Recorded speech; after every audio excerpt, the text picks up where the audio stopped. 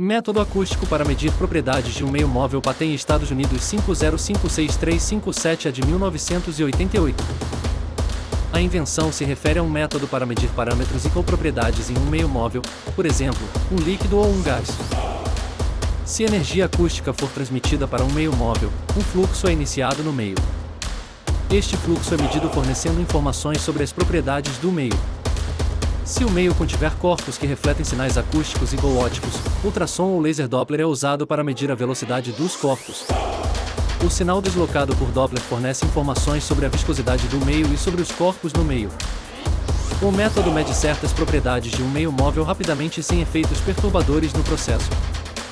Um gerador de sinal aciona um transdutor de ultrassom que transmite energia acústica para um meio móvel. A energia acústica gera um movimento no meio. Ao estudar o movimento usando um método de medição específico, informações são obtidas sobre as propriedades do meio.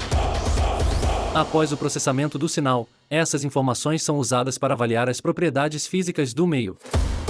Um método para determinar mudanças na viscosidade e outras propriedades de um meio incluindo um líquido e substâncias suspensas ou misturadas no líquido, ditas substâncias tendo uma impedância acústica diferente do dito líquido, compreendendo transmitir ondas acústicas para o meio, causando um movimento de fluxo no referido meio. Detectar ondas acústicas que passaram pelo meio.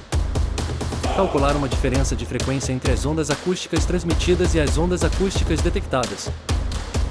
Determinar uma medida relativa da velocidade entre o líquido e as substâncias com base na diferença. As ondas acústicas transmitidas e detectadas são ondas de ultrassom com uma frequência entre 20 kHz e 100 MHz. A etapa de detecção, a B, inclui a detecção de ondas acústicas que foram refletidas no meio, e a etapa de cálculo, a C, inclui a comparação do espectro de frequência das ondas acústicas refletidas com a frequência das ondas acústicas transmitidas.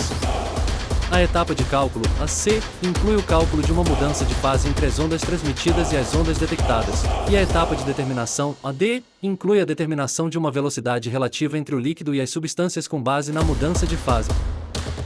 A etapa de cálculo, a C, e a etapa de determinação, a D, utilizam técnicas Doppler. A padronização de componentes de onda deslocados por Doppler. O movimento do fluxo do meio é detectado medindo-se o tempo para que as ondas acústicas transmitidas sejam detectadas na etapa de detecção.